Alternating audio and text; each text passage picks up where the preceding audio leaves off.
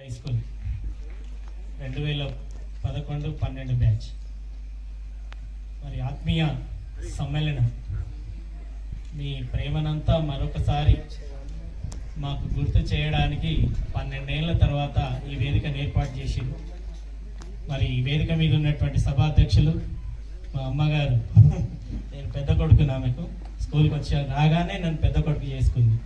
So నాగరాణ్ madam గారికి, GHM గారికి retired, next పెద్దన్న రాజు sir, నన్ను తమ్ముడు అని ప్రేమగా చెవిళ్ళకి రాగానే పిలిచినటువంటి వ్యక్తి రాజు sir.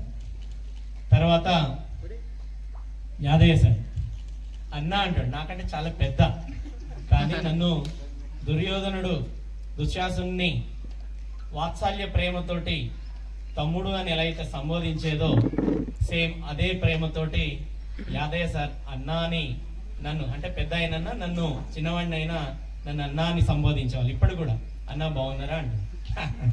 Okay, next Yadilal sir. Yadilal sir 2011లో వచ్చారు. రాగానే మా పక్క విలేజ్ సార్ది, మేము బస్ మెంట్లు 7 years. ఇప్పటి కూడా స్కూల్ మెంట్ మీ బస్ మెంట్ ఇప్పటికి కూడా. ఓకే, ఆయన రాముడు అయితే నేను లక్ష్మణ్ అట్లా. ఇక అంటే అట్లా పోయింది. ఈడ కూడా అట్లనే పేరు వచ్చింది. ఇప్పుడు పనిచేస్తున్న రాజేంద్రలో కూడా అట్లనే వచ్చింది. ఓకే, తర్వాత మల్లేష్ సార్, సోదర సమానుడైనటువంటి మల్లేష్ సార్. తర్వాత రమేష్ సార్. నిజానికి సార్ వాళ్ళు చెప్పారు ఇందాక, విద్యా వాలంటీర్. నేను కూడా 2002 నుంచి 2007 వరకు తుర్కయంజాల్ పాఠశాలలో, జిల్లా పరిషత్ ఉన్నత పాఠశాలలో వీబీగా చేశాను. అక్కడ మేము ప్రధానోపాధ్యాయుని దగ్గర ఇలా చేతులు కట్టుకొని ఉండేవాళ్ళం. మాకు సపరేట్ బెంచ్ చేసేవాళ్ళు. పాఠశాల స్టాఫ్ రూమ్లో ఒక సపరేట్ బెంచ్ చేసేవాళ్ళు. అప్పుడు అనుకునేదన్నమాట, అసలు తర్వాత కావాలేమో, కానీ అందరికంటే బాగా పనిచేసేవాళ్ళు అన్నమాట. ఇక్కడ చిన్నారెడ్డి నా స్టూడెంట్ వచ్చిండు 2003-4 బ్యాచ్ అబ్బాయి శ్రీకాంత్ అని, నాయమడి వచ్చాడు కార్ డ్రైవింగ్ నన్ను ఇక్కడ తీసుకురావడానికి. అతను 540 మార్క్స్. ఆ పార్ట్లో మేమున్నాం. ఒక విద్యా వాలంటీర్గా ఉండి రెగ్యులర్ ఉపాధ్యాయుల కంటే గొప్ప పని చేసినాం. ఈరోజు గర్వంగా చెప్పుకుంటున్నాం. విద్యా వాలంటీర్ అనే పదం అది పక్కకు పెట్టండి, కానీ విద్యార్థుల మనసును గెలిచినటువంటి ఒక టీచర్గా మేము గెలిచాము. అట్లనే వీళ్ళిద్దరు కూడా. ఏ రోజు మేము ప్రభుత్వ ఉపాధ్యాయులం అని ఎప్పుడు చెప్పలే, అడగండి. ఇప్పటికి మల్లేష్ సార్, రమేష్ సార్ అని అంటారు, అంతేగాని ఎక్కడ కూడా తేడా లేదు మా ప్రేమలో. మీరు ఎట్లా చూపించారో మేము కూడా. ఓకే, ఇక ఒక్కొక్కరు ఇక్కడ ఎట్లా ఉన్నారంటే ప్రభుత్వోన్నత పాఠశాలలో ఉన్నటువంటి పిల్లర్స్ అందరం కూడా మేము. ఎందుకంటే మీరు ఇప్పుడు చెప్పినటువంటి మాటలన్నీ మా నుంచి వచ్చినాయి మీకు. ఇక చేవెళ్ళ పిల్లల గురించి చెప్పాలంటే గోల్డ్. ఎట్లాంటి గోల్డ్ అంటే మట్టిలో నుంచి తీయంగానే ఎంత గొప్పగా ఉంటుందో అంత మంచి మనసు ఉన్నటువంటి విద్యార్థులు చేవెళ్ళ విద్యార్థులు. నేను ప్రభుత్వ పాఠశాలలో ఫస్ట్ అపాయింట్మెంట్ అయ్యింది మన చేవెళ్ళ పాఠశాలనే 2010లో.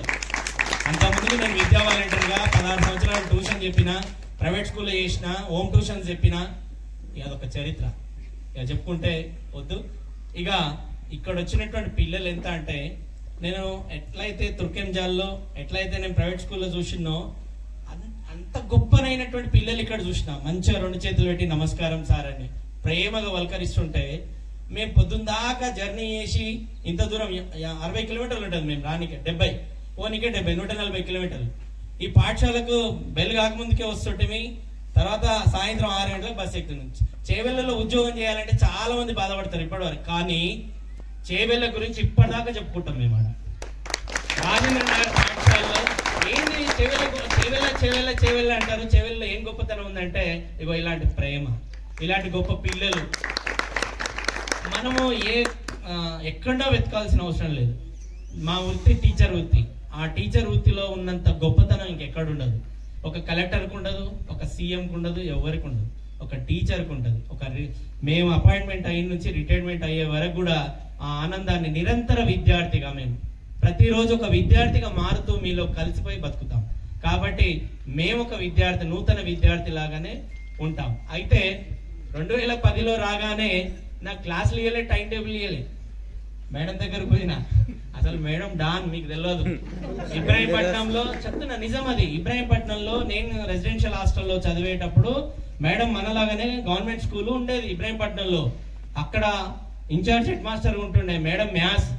అక్కడ 150 మంది ఉంటుండే ఒక్క క్లాస్ లో. నాగరణ్ మేడం పేరు చెప్తే ఇబ్రాహీంపట్నం మండలే షేక్ అయింది ఆ టైంలో. నిజం నాన్న, దిస్ ఇస్ ట్రూ.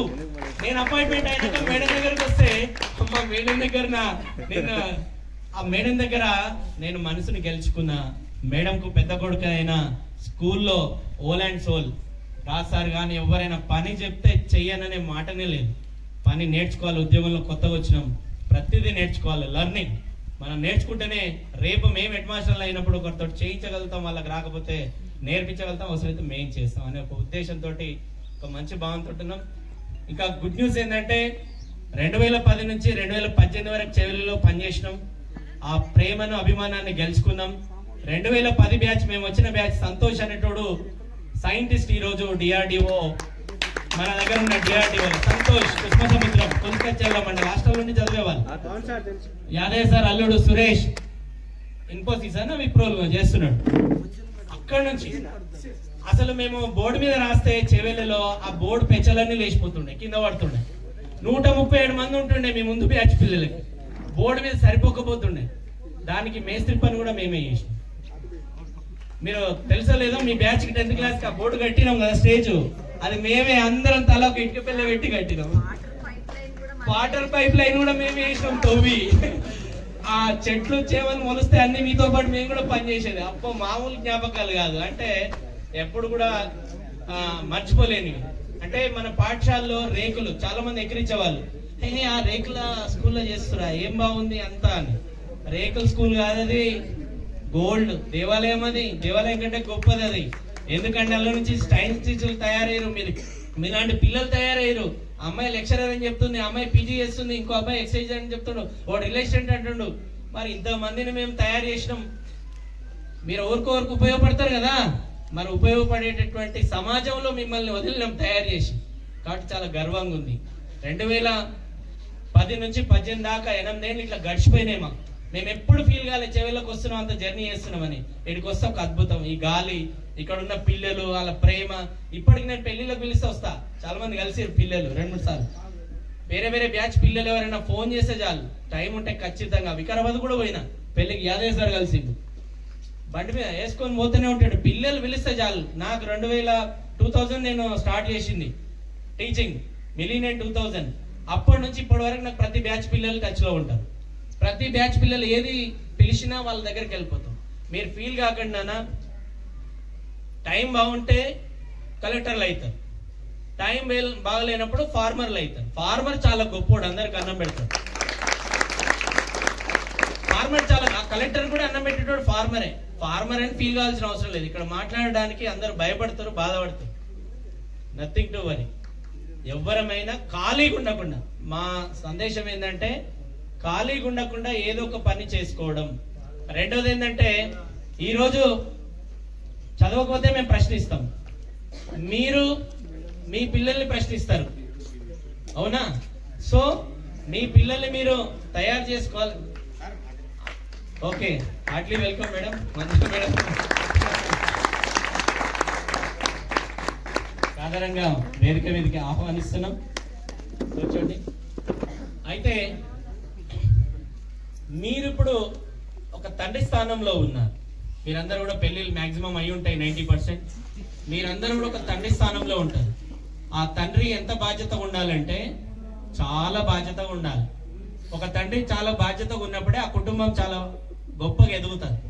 ఒక తండ్రి బాధ్యతగా లేడనుకోండి, కనీసం పెద్ద కొడుకన్నా బాధ్యతగా ఉండాలి. పెద్ద కొడుకు కూడా బాధ్యత లేడనుకోండి, ఆ ఇల్లంతా కొలాప్స్ అన్నమాట కంప్లీట్ గా. అందుకే మీకు విలువలతో కూడిన విద్యను నేర్పించాం. విద్య ఇంపార్టెంట్ కాదు, ఫస్ట్ విలువలు ఇంపార్టెంట్. ఎథిక్స్ ఎవరికైతే వస్తాయో వాడు చదువు రాకున్నా సమాజంలో బతుకుతాడు, సమాజంలో గౌరవంగా బతుకుతాడు. సో కాబట్టి మీకు విలువలతో కూడినటువంటి విద్యను మేము అందించామనుకుంటాం. ఇక టీచింగ్ విషయానికి వస్తే మీ బ్యాచ్కి నేను బోధిద్దామంటే కాంపిటేటివ్ కాంపిటీషన్. బాలరాజ్ సార్ నువ్వు లాస్ట్ ఇయర్ చెప్పినావు, నేను ఈ సంవత్సరం చెప్తాను మీకు. నేను కొన్ని 2-3 క్లాసులు తీసుకున్నా. మీరే చెప్పాలని నన్ను, సార్ ఏమో నేను చెప్తాను. ఇక మేడం దగ్గర పరిశాన్ ఉంటుండే మా ఇద్దరు. ఇక నేనే అండర్స్టాండింగ్ అయిపోయి, సార్ మీరు చెప్పండి, ఎవరు చెప్తే ఏముంది చెప్పండి అని అనేవాడిని. సార్ రాని రోజు ఏదైనా టైం ఉన్నప్పుడు పిలిస్తే మధ్యలో వచ్చి కొన్ని క్లాసులు కూడా చెప్పిన. సో నాన్న ఒక్కటే, అప్పుడైనా ఇప్పుడైనా మీరందరూ కూడా చేసే పనిని గౌరవించండి. సమాజంలో మనం మంచి చేస్తున్నామా చెడు చేస్తున్నామా, మంచి చేయకపోయినా పర్వాలేదు, చెడు చేయొద్దు. ఈ సమాజంలో మీకు వచ్చినటువంటి పిల్లలు, ఇప్పుడు మీకు పిల్లలు అయ్యారు, ఆ పిల్లల్ని ఎంత డెడికేటెడ్ గా పెంచాలంటే, వెనకటికి మీ అమ్మ నాయనలు మమ్మల్ని కూడా ఏదో వదిలేసారు, పనికి పోయేవాళ్ళు, మనం ఎక్కడ ఖరాబ్ కాలే. కానీ ఇప్పటి సమాజంలో ఎంత పట్టించుకున్నప్పటికి కూడా వాడిని లేపి స్కూల్ కు పంపించే వరకు మనం దగ్గరున్నా కూడా ఆడ ఖరాబ్ అవుతుంది. కాబట్టి మన రెస్పాన్సిబిలిటీ చాలా ఉంది. ఫస్ట్ కుటుంబం రెస్పాన్సిబిలిటీ, ఆ తర్వాత సోషల్ రెస్పాన్సిబిలిటీ. కుటుంబంలో మన పిల్లలు మనం కాపాడుకుంటే సోషల్లో మనం కాపాడినట్టే, అంటే సమాజాన్ని కాపాడినట్టే. కాబట్టి ఇప్పుడున్నటువంటి తరుణంలో డ్రగ్స్ అని చిన్న చిన్న పిల్లలు, కొత్తూరు పాఠశాలలో పిల్లలకి చాక్లెట్ రూపంలో మొత్తం చాక్లెట్లు పంచి రోజు కొనుక్కునే తినేది. వాడు టాయిలెట్ అట్లానే క్లాస్ రూముల్ని బెత్తర చూడడము, నిద్రలు పోవడము. లాస్ట్ హెడ్ మాస్టర్ గారు గుర్తుపట్టి ఇదేదో జరుగుతున్నట్టుందని ఒక పాన్ షాప్ దగ్గరకు పోతే అక్కడ నుంచి సప్లై అవుతుంది, ఆ కిరాణా కొట్టు నుంచి సప్లై అవుతుంది. 4 గన్ని బ్యాగులు దొరికినాయి మత్తు పదార్థాలు, చాక్లెట్. కాబట్టి సమాజం అంతా కూడా ఎటుపోతుందంటే డ్రగ్స్ వైపుకి, డ్రింకింగ్ వైపుకి. యువత అంతా కూడా ఖచ్చితంగా 14 ఇయర్స్ 12 to 14 ఇయర్స్ నుంచి 40 బిలో పిల్లలే ఖరాబ్ అవుతారు. బాగా గుర్తుపెట్టుకోండి. 12 ఇయర్స్ నుంచి 14 ఇయర్స్ మధ్యన విద్యార్థులే చాలా ఖరాబ్ అయిపోతారు, తల్లిదండ్రులకు ఒక శోకం మిగిలిస్తారు. కాబట్టి సమాజంలో మనం చదువుతో పాటుగా సోషల్ అవేర్నెస్, రెస్పాన్సిబిలిటీ కూడా ఉండాలి. ఏదో పోతున్నాం వస్తున్నాం, వాళ్ళు స్కూల్కి పోతున్నారు కదా, నేను వానికి ఫీజు కడుతున్నా కదా అనుకుంటే మాత్రం భ్రమనే. కాబట్టి పిల్లవాడు లేచి నుంచి పడుకునే ఉంటారు, మీ పిల్లలతోటి స్పెండ్ చేయండి. మీరు 1 గంట స్పెండ్ చేయండి ఇంట్లో, మీ వైఫ్ తో ఒక స్పెండ్ చేయండి, మీ హస్బెండ్ తో 1 గంట స్పెండ్ చేయండి. మంచి చెడు మాట్లాడుకోండి. పిల్లల్ని ఏం చదివినవరా, పాఠశాలకు పోయినావా అని కొట్టకండి. అరే నాన్న ఏం చేసినావు పాఠశాలకు పోయినావు అంటే, వాడు ఆడినా ఈ టీచర్ ఇట్లా అన్నది, ఆ టీచర్ ఎట్లా అన్నది మీతో షేర్ చేసుకోవాలి. భయపడొద్దు, తల్లి తండ్రి అంటే భయపడొద్దు, మీతో షేర్ చేసుకోవాలి. షేర్ చేసుకుంటూ మనం వాళ్ళకి మంచి నడవడికను ఇస్తూ ఈ సమాజంలో మనము మన పిల్లల్ని ముందుకు పంపాలని ఆశిస్తూ, మరి ఇంత మంచి అకేషన్ 12 ఇయర్స్ తర్వాత నిజంగా ఇంత మంచి వేదికలో మా అందరి మిత్రుల్ని కలిసినందుకు, అలా కలిసేటట్టు మీరు చేసినందుకు కూడా చెవిలో ఫస్ట్ టైం ఇది గెట్ టుగెదర్. మీరు పిలిచినట్టు సార్ అన్నట్టుగా ఫస్ట్ బ్యాచ్ మీరు. సో మిమ్మల్ని ఆదర్శంగా తీసుకొని ఇంకా వేరే పిల్లలు కూడా అలా చేస్తే ఇంకా బాగుంటుంది. అసలు ఈ వేదికలు ఎందుకో తెలుసా, ఈ రోజు మీ దాంట్లో ఎవరైతే వీక్ ఉన్నారో ఒక గ్రూప్, ఒక అబ్బాయి అన్నాడు, మాట్లాడండి, ఏదైనా కష్టం వస్తే గ్రూప్ లో షేర్ చేసుకోండి. That is the correct. ఈ వేదికలు అనేటువంటివి ఏదో మనం తినాలి, ఎంజాయ్ చేయాలి, పోవాలని కాదు.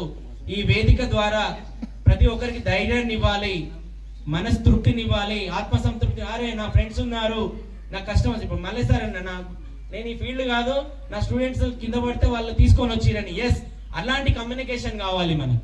అలాంటి కమ్యూనికేషన్ పెంచుకోవడానికి ఇవన్నీ కూడా. ఇప్పుడు ఎవరైనా మీ దాంట్లోనే ఎవరైనా వీక్ ఉన్నారు, ఫైనాన్షియల్ వీక్ ఉన్నారు, ఇంకేదైనా ప్రాబ్లం అయ్యింది, ఏదైనా హాస్పిటలైజ్డ్ అయ్యిండు, వాళ్ళ పిల్లలు రోడ్డు మీద పడే పరిస్థితి ఉంది, తలా 1000 రూపాయలు వేసుకుంటే 1,00,000 రూపాయలు అయితే ఇచ్చేస్తే వాళ్ళకి యూజ్ అవుతుంది కదా, అవుతుందా కదా. మేము కూడా చేస్తున్నాం అట్లా. నా 97 బ్యాచ్. మేము ఇప్పటికి జన్వాడలో ఒక కృష్ణ అని మా ఫ్రెండ్ ఉంటాడు, డయాలసిస్ పేషెంట్, అందరం కూడా వేసుకొని, మొన్న జగన్ అని వాళ్ళ ఫాదర్ చనిపోయాడు, 10,000 ఇట్లా కొట్టేసేసినాం.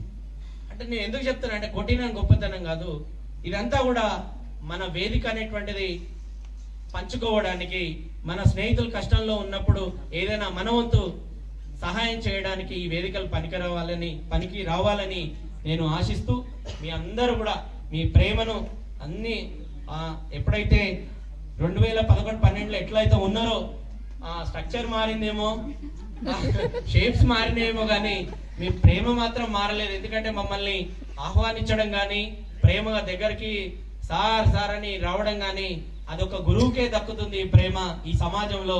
కాబట్టి ఆ ప్రేమను మళ్ళీ మాకు గుర్తు చేశారు. థ్యాంక్ యూ నాన్న. Thank you so much. ఎప్పటికీ మిమ్మల్ని మర్చిపోలేము. సో మేము బ్రతికున్న రోజులు గుర్తు పెట్టుకుంటాం. అట్ ద సేమ్ టైం మేమిచ్చినటువంటి పుష్, మేమిచ్చినటువంటి నాలెడ్జ్, మేమిచ్చినటువంటి ఏవైతే ఎథిక్స్, మోరల్స్ ఉన్నాయో మీరు కూడా మీ కుటుంబంలో మీ పిల్లలకి, ముందు మీ పిల్లలకి, ఎందుకంటే ఎక్కువ టైం మీ పిల్లలు మీ దగ్గర ఉంటారు కాబట్టి ఫస్ట్ వాళ్ళకి ఇవ్వండి. సమాజంలో ఎథిక్స్ నేర్పియండి, మోరల్స్ నేర్పియండి. ఆ తర్వాత చదువుతో పాటు జ్ఞానం వస్తుంది, అది ఎక్కడైనా బతుకుతాం. ఈ విధంగా మీరు ఆర్గనైజ్ చేసుకుంటారని, ఒకరికొకరు ఈ friend need in a friend in deed, స్నేహితుడు అనేటోడు మనకు మన విజయానికి మెట్లలాగా ఉండాలి. మనకు ఆపదలో ఉంటే సహాయపడేలా ఉండాలి. ఏదో 4 కబుర్లు చెప్పి ఫోన్లో హాయ్ బాయ్ చెప్పేటట్టు కాకుండా మనం అందరం కూడా మన బాండ్ ఆ విధంగా ఉండాలని, మమ్మల్ని ఎలవెల్లా గుర్తుపెట్టుకున్నందుకు ఇంకా గుర్తుపెట్టుకుంటారని ఆశిస్తూ, మీ అందరికి కూడా ఆశీర్వాదాలు ఇస్తూ, మీ పిల్లలకు, మీ కుటుంబానికి మీరు ఆరోగ్యంగా ఉండాలి. డ్రైవింగ్ లో కానీ అబ్బాయి చెప్పాడు కదా, ఎక్కడైనా కేర్ఫుల్. ఫస్ట్ మీ వృత్తిని గౌరవించండి. సోషల్ రెస్పాన్సిబిలిటీ అంటే వృత్తిని గౌరవించాలి. మీ పై ఆఫీసర్ కి, మీ దగ్గర పనిచేసే పెద్దవాళ్ళకి మీరు రెస్పెక్ట్ ఇస్తే మీరు ఉన్నత స్థితికి ఎదుగుతారు. ఎంత ఎదిగినా ఒదిగి ఉండాలి, అది నేర్చుకోండి. అదే మన జోబ్లోని సీక్రెట్. మన లైఫ్ లో గొప్పగా ఎదగాలంటే ఒకటే, మనకంటే పెద్దవాళ్ళని గౌరవించడం, మనకంటే చిన్న వాళ్ళని గౌరవించడం. ఇలా గౌరవించేవాడు ఎప్పుడు గొప్పనే ఉంటాడు. ఇది మాత్రం నా సీక్రెట్, నేను మీకు చెప్తున్నా. తర్వాత కష్టే ఫలే సుఖే, నేను ఎగ్జామ్ పేపర్ పెడితే అదే రాసు. కష్టపడ్డవాడు ఏ పనిలోనైనా సుఖపడతాడు. వాడు ఖచ్చితంగా ఓడిపోడు, ఎప్పుడు గెలుస్తాడు కష్టపడ్డవాడు. సో కాబట్టి హార్ట్లీ వెల్కమ్, హార్ట్లీ వెల్కమ్.